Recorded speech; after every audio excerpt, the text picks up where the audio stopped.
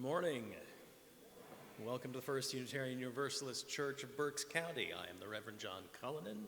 I use he, him pronouns. I am your minister here. As Unitarian Universalists, we come together not with a list of required beliefs, but with a set of shared values centered on an unconditional, unshakable love.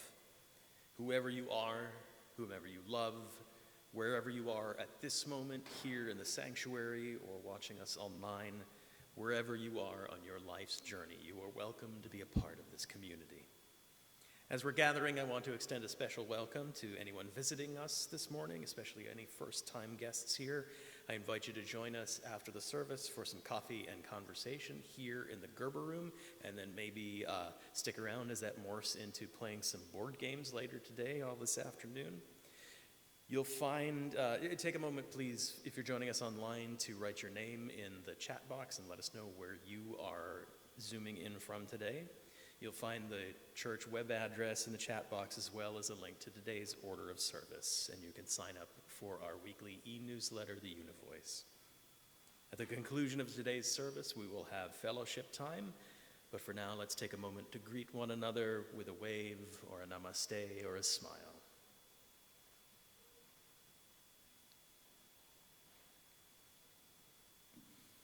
And now let us take a moment to center ourselves. Feel yourself grounded where you sit. Take a deep breath in and out. And let us prepare to worship.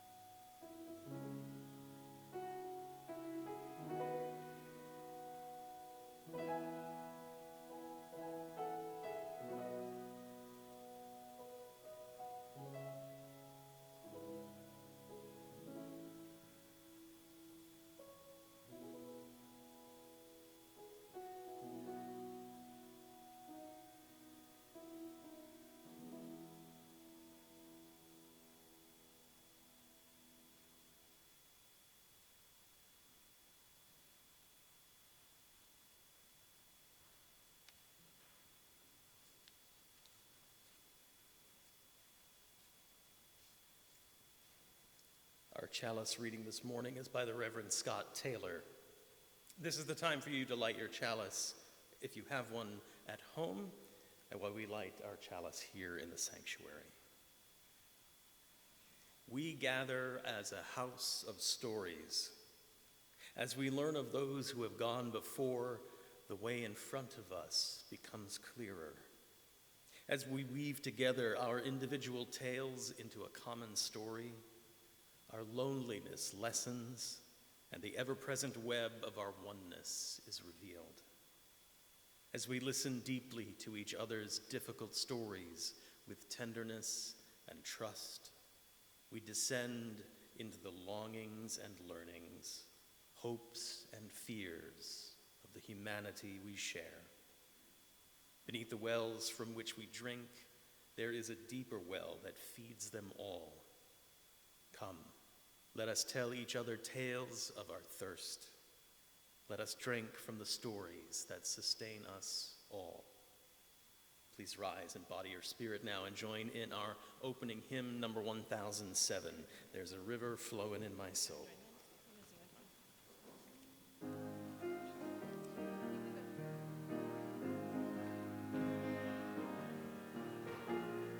There's a river. There's a river flowing in my soul.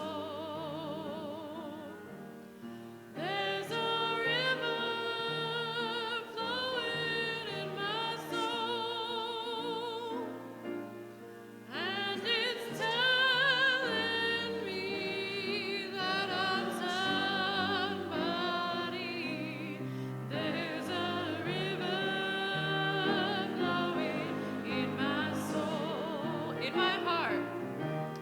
There's a river flowing in my heart. There's a river flowing in my heart, and it's telling me that I'm somebody.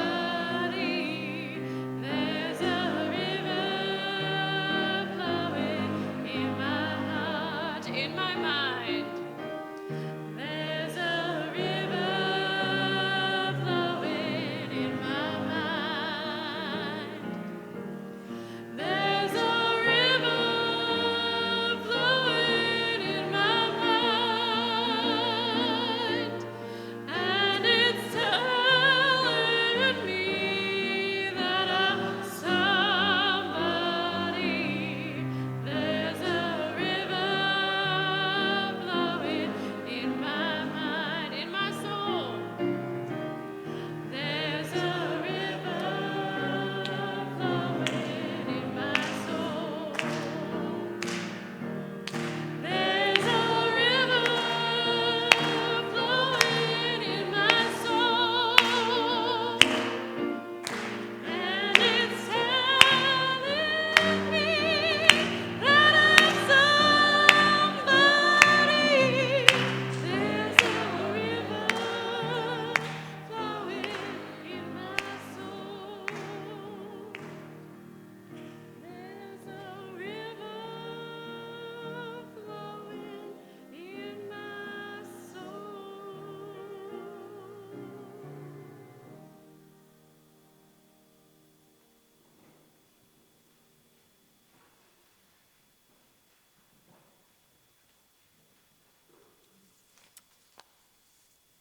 Good morning. My name is Amber Brown. My pronouns are she, they, and I'm going to share with you The Broken Story by Reverend Christina Leon Tracy. So this is a story about a man with a story about stories, if you will. Once upon a time, there was a man with a story. This wasn't any old once upon a time story, not one you could find on a bookshelf or hear around a campfire. This was his story and no one else's. This story had been carefully crafted, began before he was born, and the story told of his loves and his fears, his dreams realized and his dreams yet to come. The story was complete. It told his whole life, including those bits that still existed in his imagination. In fact, this story was so complete, he was so happy with this story that he carried it around to make sure it was safe. It was somewhat bulky and unwieldy, but he didn't mind. It was his story. The thing about this story was, it was very fragile.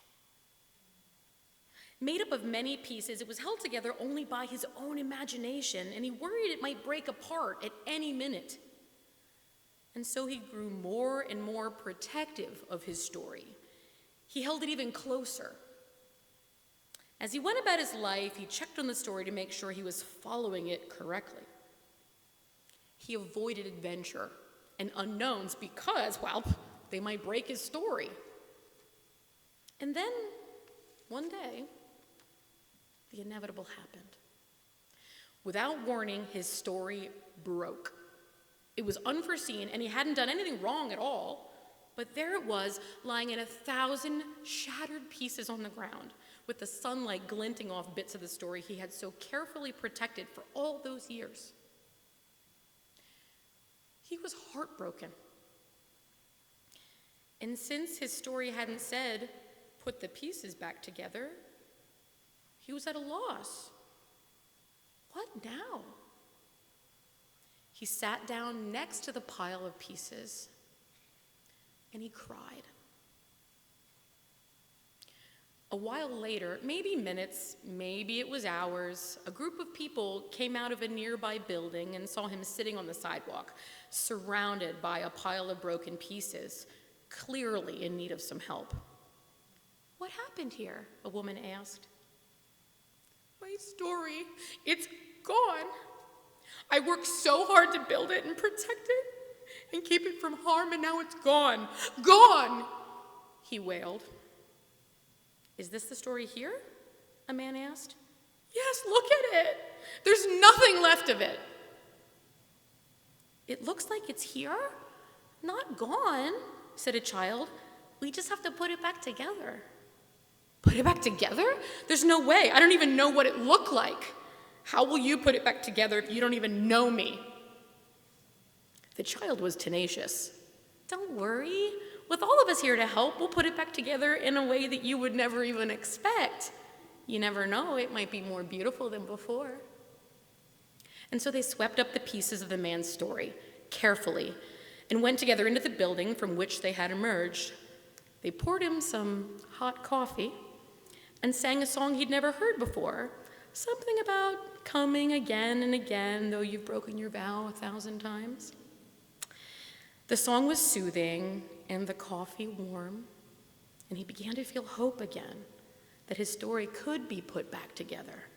And it took a long time, maybe days, maybe it was years, but they got it all back together, and they added new parts, and some old parts didn't fit anymore, but that was okay. That child had been right. It was more beautiful than before. And this time, the story was held together not only by his imagination, but the imagination and support of his entire community. And it wasn't nearly so fragile. And it even allowed for adventure.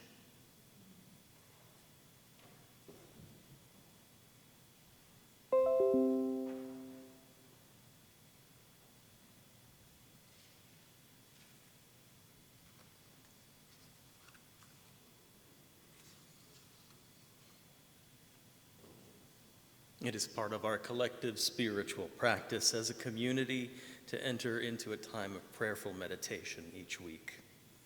We call this time joys and sorrows. We share what is painful in our lives and what is going well. You are invited to take a few minutes to reflect on what you are carrying in your heart and mind this week. Those who are online may share their joys and sorrows in the chat box, and those here in the sanctuary are invited to come forward and place stones in our common bowl in silence for your joys and sorrows. Let us sing together now, Spirit of Life, first in Spanish and then in English.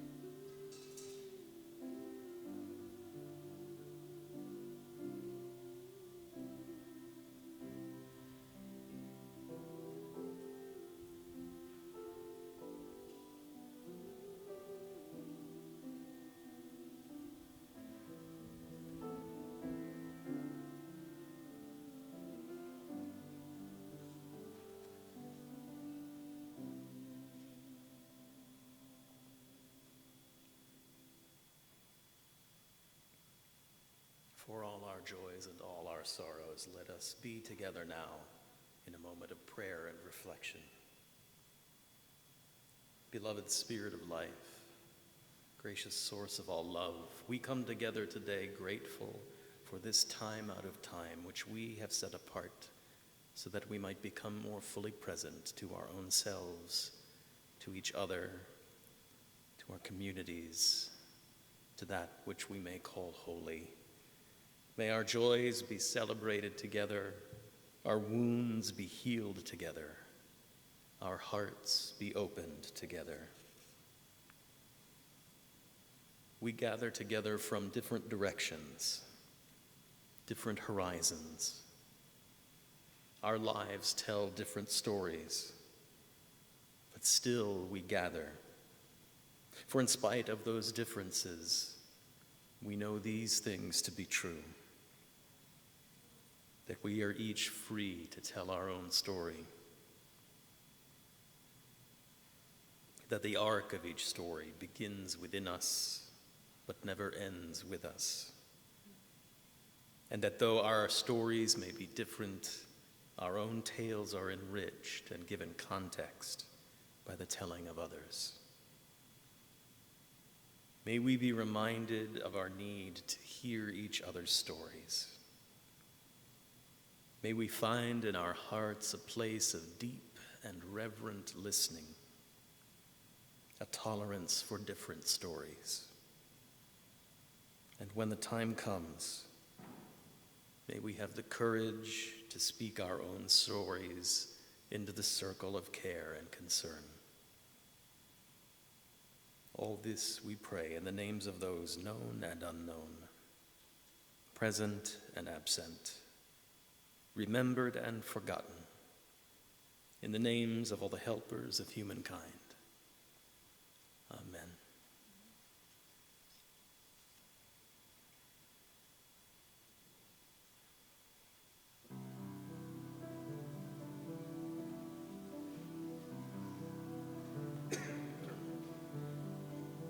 Careful the things you say, children will listen. Careful the things you do, children will see and learn.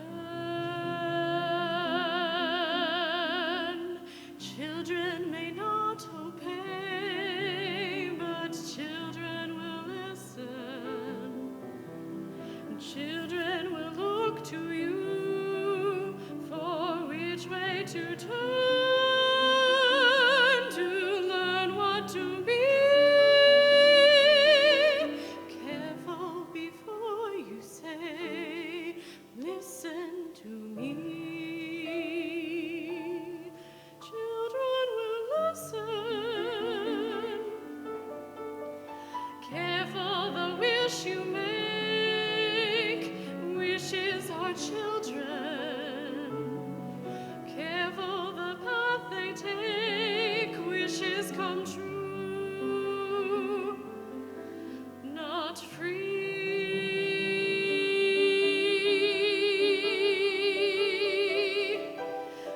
Careful the spell you cast, not just on children.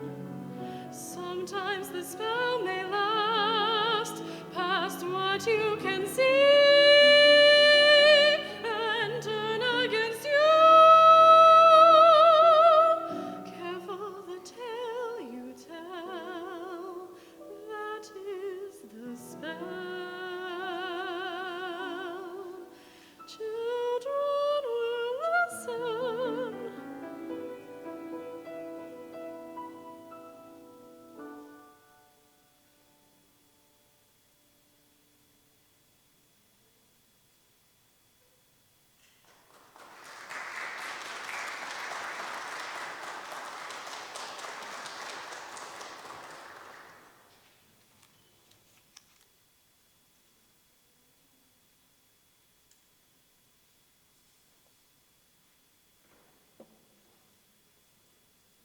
Once upon a time, there was a man named Jacques de Norvins He was Napoleon's chief of police in Rome. And because he held such a lofty position, it afforded him the opportunity to have his official portrait painted, and that is what he did around about 1811, sitting for the famous French painter Ingres. Now, it so happened that not long after the portrait was completed, Napoleon fell from power and out of favor. And all of a sudden, Norvan, for some reason, wanted to distance himself from his former boss. After all, despite whoever ruled, he was still the chief of police in Rome, and so he had the painting altered. Either Ingres did it or one of his students did.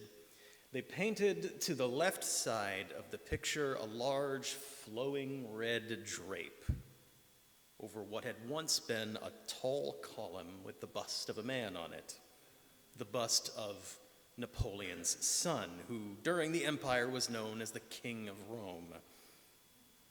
Now, if you can get a close enough look at the painting, and it's probably very hard to see from this projected image, the column and the bust are still somewhat visible beneath that slathering of red paint making the drape. Hard to see, but trust me, it's there. Outlines of the chin and the nose of the bust and the top of the plinth on the column. Norvan tried to wash over the story of who he had once been connected with, but he couldn't make it go away entirely. Some of that evidence still shone through. Now, the history of art is full of little details like this, where one can see evidence of changes made to paintings either after the fact or even while the works are still in progress. Little bits of a sketch that don't match up with a final painting, or mistakes that were just painted right over. Layers show through layers. Sometimes these changes and these layers and these overpaintings are easy to spot with the naked eye, while others take a lot of modern technology to uncover. But the changes are there.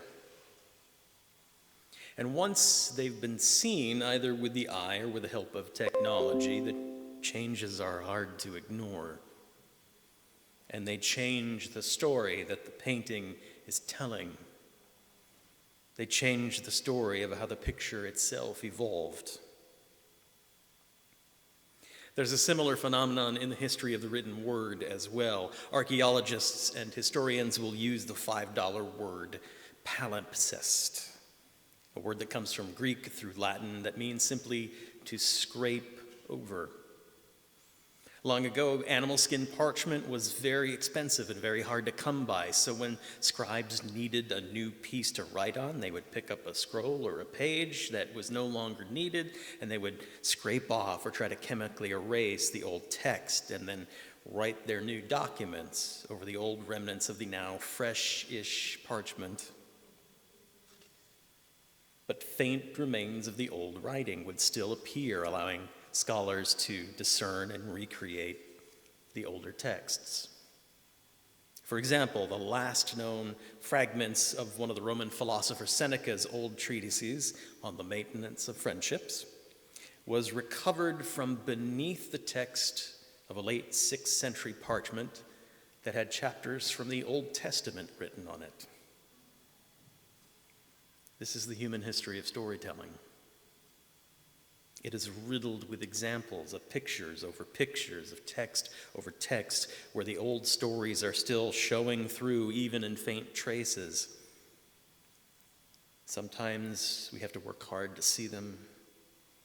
Sometimes they are evident, but once again, they are seen and they are hard to ignore.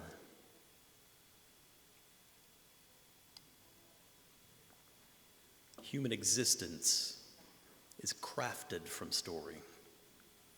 We tell stories over and over again and build on them, attempting to understand where we came from, who we are right now, who we are becoming. Now, next week, our government will all of a sudden be overrun with people who hold some sort of an America First, America for Americans philosophy. That point of view has its origins in an old story we tell about how our nation came to be. And it's one that some of our friends have explicitly told in the weeks running up to an inauguration. The settlers arrived on this pristine, unpopulated land with fields all ready for farming, almost as if they'd been gifted by God, that their presence and dominion, and by extension our own, were divinely foreordained. That is obviously not the whole story. But it's a story that we have told in this country for hundreds and hundreds of years now. And many treat that as a fixed, infallible truth. Now, if we were telling this story as one of the settlers, say, arriving in the Northeast colonies very early on, say we'd been there for just 2 days since our arrival, we could maybe be forgiven for telling this story, maybe. I mean, it is true, the settlers arrived and they found whole villages constructed and whole fields made ready for planting with no people on it. There was no one there. It almost was as if God intended them to come to this land and set it up for them.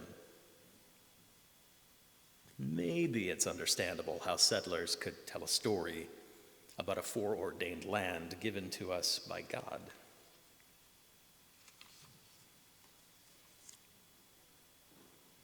And we also know that story transforms over time. It becomes the story of the doctrine of discovery, the story of manifest destiny,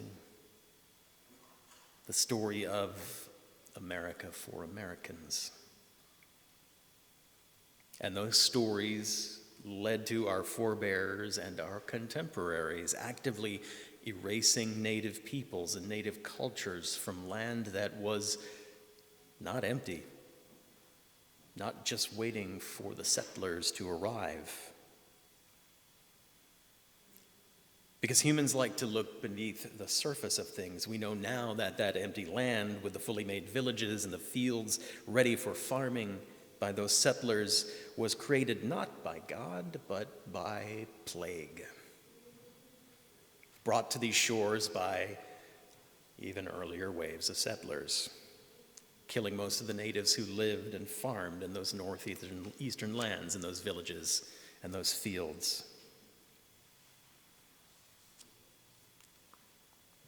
Later on, we uncovered the older story beneath the settler story, the one they thought was a palimpsest that they had erased.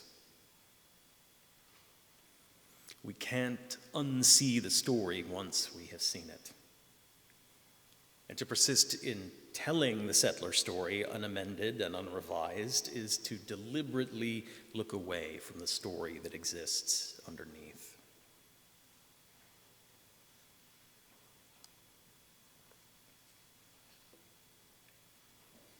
David Loy, in his book, The World is Made of Stories, says that the landscape of American history is itself a palimpsest, a manuscript on which more than one text has been written, with the earlier writing incompletely erased.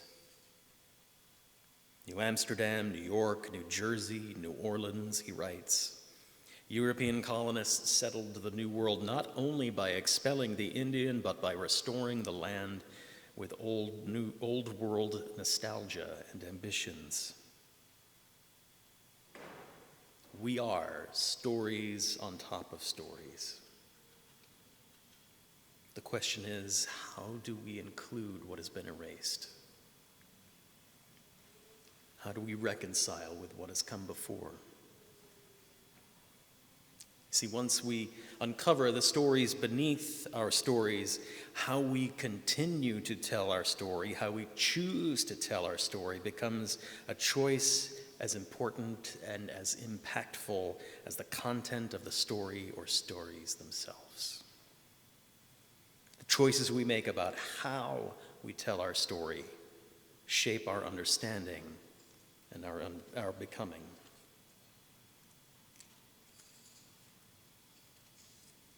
What do we choose to leave in the story? And what do we choose to excise? What do we choose to highlight in the story, and what do we ignore? What stays fixed word for word, and what is allowed to be fluid? Who do we include as characters in the story, and who are we leaving out? Who are we including in our intended audience for the story? And who is not allowed to hear the telling? Do we let the story we tell live and evolve? Or do we guard it jealously and keep it just for ourselves?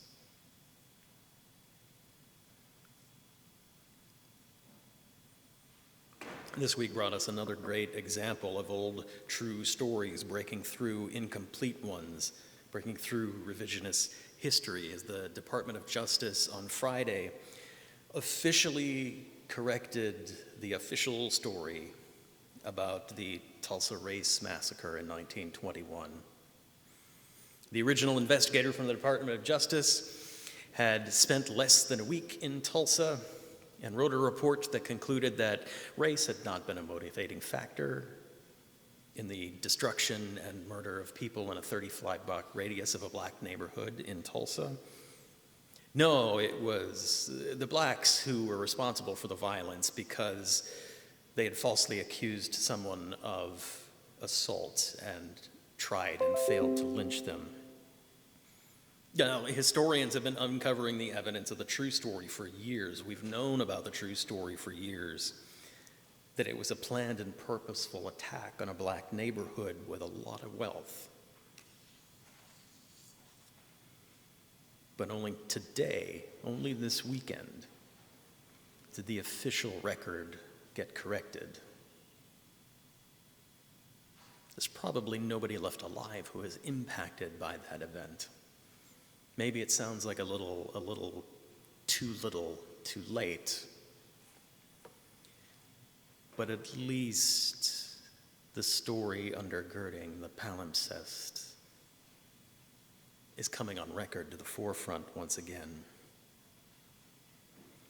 On a side note, when you hear people talk about being afraid of critical race theory or not wanting to teach black history in the schools, these are the sorts of stories they want to keep covered up.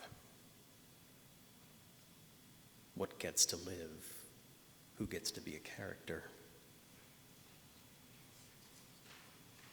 America Firsters, black history deniers, are our man in the broken story to a point, refusing to move, guarding what they think is complete story of America with incredible zeal. Not acknowledging they're already holding just a shard of the whole story.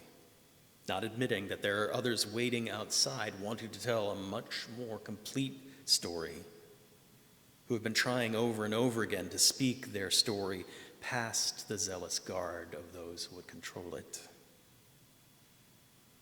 Instead, choosing a story about America that ignores all of the inconvenient parts, that excludes a broad swath of what they might consider to be other.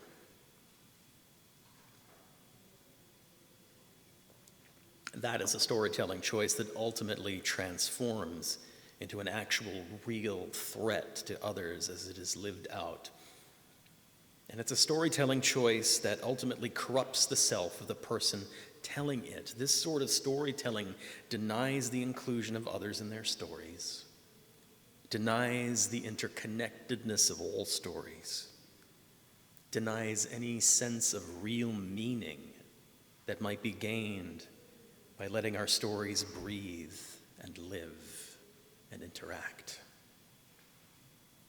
It is a form of fundamentalism, a perspective that admits no other perspectives. And ironically, in an attempt to find meaning through this limited, very limited lens, this single perspective, we strip that very story away, all its meaning. Strip away any depth, any context, any actual relevance to the here and now, to today, any sense of the story living in us or working through us. And I say us deliberately because I have this belief I hold that we're all a little bit fundamentalist about something in our lives. We all have parts of our personal and our shared stories that we tend to guard from any other perspectives, that we treat as fixed and impermeable, that we guard and try to keep safe, like our protagonist in the Broken Story. We struggle, we do, as individuals and as communities, to tell our stories. And in those struggles, we often fall into some traps. The trap of triumphalism that admits no error to our history. The trap of drawing hard boundaries around us. The trap of excluding other stories that don't match up with our own experiences. When we fall prey to those traps, our own story loses depth and context and relevance to the here and now. Our story ceases to live. And being as we are in a living tradition, we can't really afford to have our stories drained of life.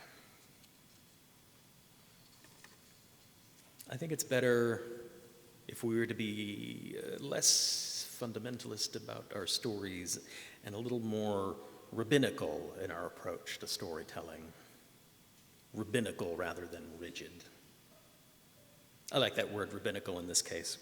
I'm enamored with the Jewish tradition of the Midrash, a conversation among rabbis over time, a constant commentary and questioning of the old stories that form the Jewish faith, wherever they are found to be incomprehensible or even objectionable for the times at hand. The rabbis of the Jewish faith throughout history are seeking out life in their old stories and relevance in them, something to make sense for the times as they are. And it spans for generations. There is midrash of the old stories, and then there's midrash of older midrash, a constant dialogue between the past and the present,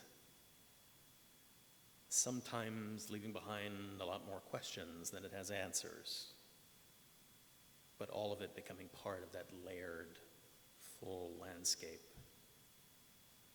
the palimpsest of a people's story. How we choose to tell our story makes us who we are, informs who we are becoming.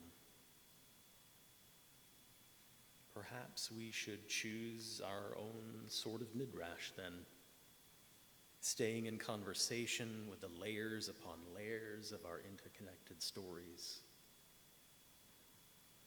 Perhaps, too, we could choose to be like those great painters, never entirely finished with our work, the evidence of the old still underneath the new.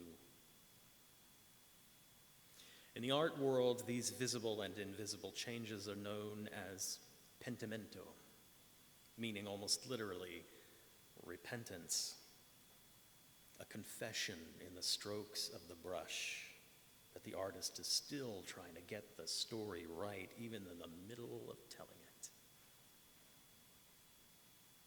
Above all, we should choose over and over again to tell the whole story as completely as we have it. The story that exists on the surface and the stories that are still showing through underneath. We should choose to use every tool at our disposal to uncover and converse with what might have been lost, multiplying our perspectives, letting the whole story tell us into wholeness. May it be so.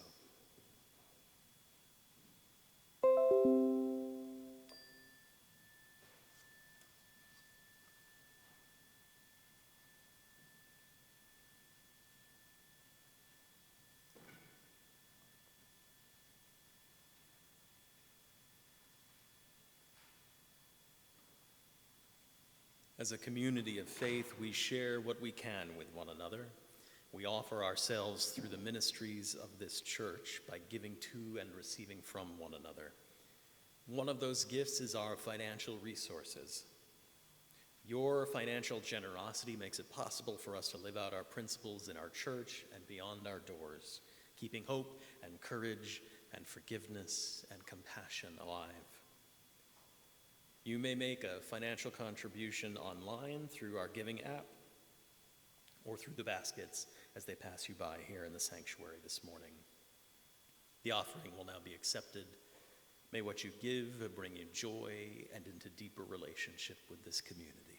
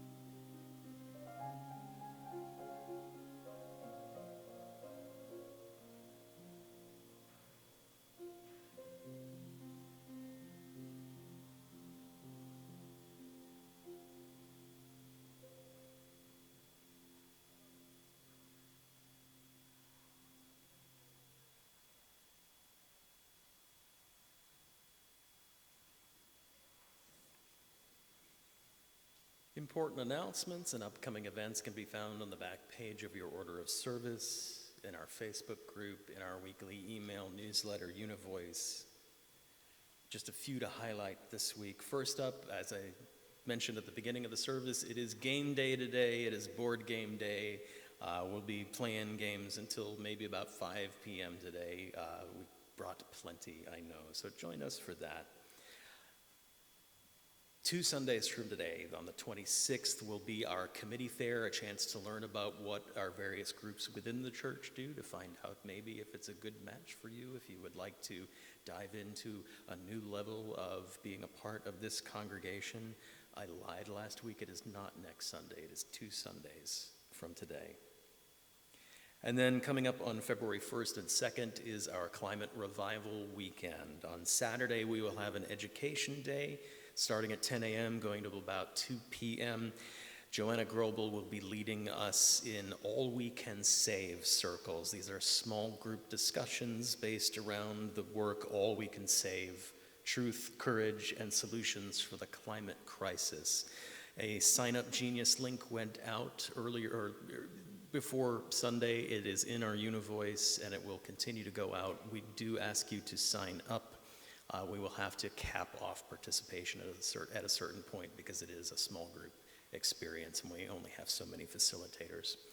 So sign up for that if you are interested, and then join us for worship on the next Sunday as we bring in some voices from around the Unitarian Universalist world as they lead us through worship on Climate Revival.